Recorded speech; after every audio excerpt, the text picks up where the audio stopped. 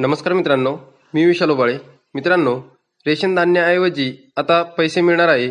तर हे पैसे कसे मिळणार आहे, तसेच प्रति लाभार्थी हे पैसे किती मिळणार आहे, हेच आपण या व्हिडिओमध्ये जाणून घेणार आहोत. तत्पूर्वी तुम्ही जर आपल्या चॅनलवर पहिल्यांदाच आले असाल तर आपल्या चॅनलला सबस्क्राईब करून ठेवा, जेणेकरून इथून पुढे येणारे व्हिडिओ सर्वात आधी तुम्हाला पाहायला मिळेल. चला तर मित्रांनो, व्हिडिओ सुरू करूया.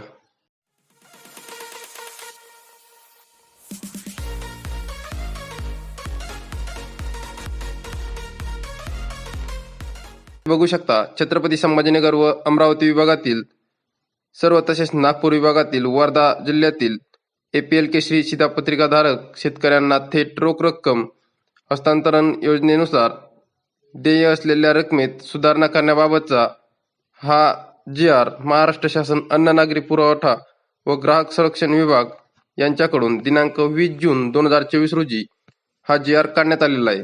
तर आपण यामध्ये महत्त्वाचे पॉइंट पाहणार आहोत.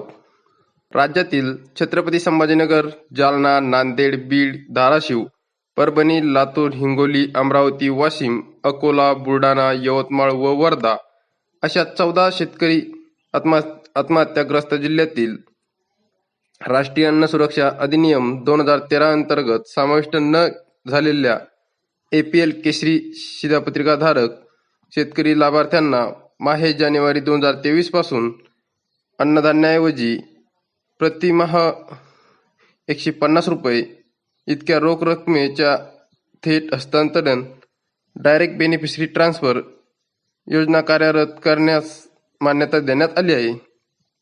म्हणजेच मित्रांनो, जो 2023ला जो शासन निर्णय म्हणजे GR काढण्यात आला होता, तेव्हा जे आत्महत्याग्रस्त जिल्ह्यातील जे शेतकरी आहे त्यांना समाविष्ट करण्यात आले नव्हते.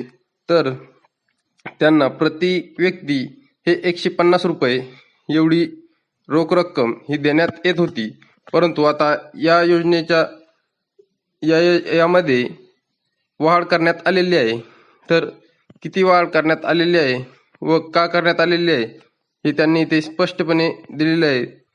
तुम्ही बघू शकता, राज्यातील छत्रपती संभाजीनगर, जालना, नांदेड, बीड, धाराशिव, परभणी, लातूर, हिंगोली, अमरावती, वाशिम, अकोला, बुलढाणा, यवतमाळ व वर्धा अशा 14 शेतकरी आत्महत्याग्रस्त जिल्ह्यातील राष्ट्रीय अन्न सुरक्षा अधिनियम 2013 अंतर्गत समाविष्ट न झालेल्या APL केशरी शिधापत्रिकाधारक शेतकरी लाभार्थ्यांना माहे एप्रिल 2024 पासून प्रतिमाह, इथे बघू शकता 2024 पासून प्रतिमाह म्हणजे प्रत्येक महिन्याला लाभार्थ्याला प्रति लाभार्थी म्हणजे तुमच्या कुटुंबातील प्रत्येक लाभार्थ्याला 170 रुपये इतकी रक्कम लाभार्थ्याच्या आधार संलग्न बँक खात्यात थेट हस्तांतरित करण्यात यावी. म्हणजेच तुम्हाला प्रत्येक कुटुंबामध्ये तुमचे जेवढे सभासद आहे तुम्ही त्याचे कॅल्क्युलेशन 170 रुपयाने करू शकता. एवढी रोख रक्कम ही तुम्हाला मिळणार आहे.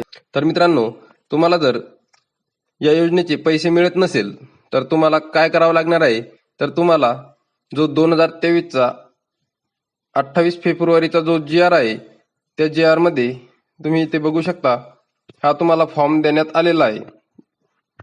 तरी ते तुम्हाला वरती या फॉर्म मध्ये जो 5 नंबरचा हा फॉर्म आहे, फक्त हाच फॉर्म प्रिंट करून घ्यायचा आहे आणि यामध्ये तुमचे नाव, शिधापत्रिका क्रमांक, त्यानंतर बँकेचे नाव, बँक शाखा, खाते क्रमांक, IFSC हा फॉर्म भरून व इथे तुमची सही किंवा अंगठा लावून हा फॉर्म भरून घ्यायचा आहे आणि तुमच्या रेशन दुकानदाराकडे हा जमा करून द्यायचा आहे.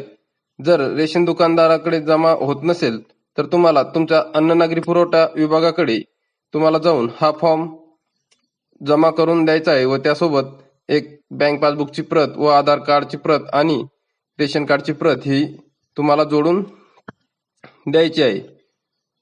तुमचे पैसे तुम्हाला येण्यास सुरुवात होऊन जाईल. अशी महत्त्वपूर्ण माहिती होती. तुम्हाला जर ही माहिती आवडली असेल तर आपल्या व्हिडिओला लाईक करा. तसेच ही माहिती इतर मित्रांपर्यंत शेअर करायला देखील विसरू नका. चला, पुन्हा भेटूया नवीन माहितीसह, नवीन अपडेटसह. धन्यवाद.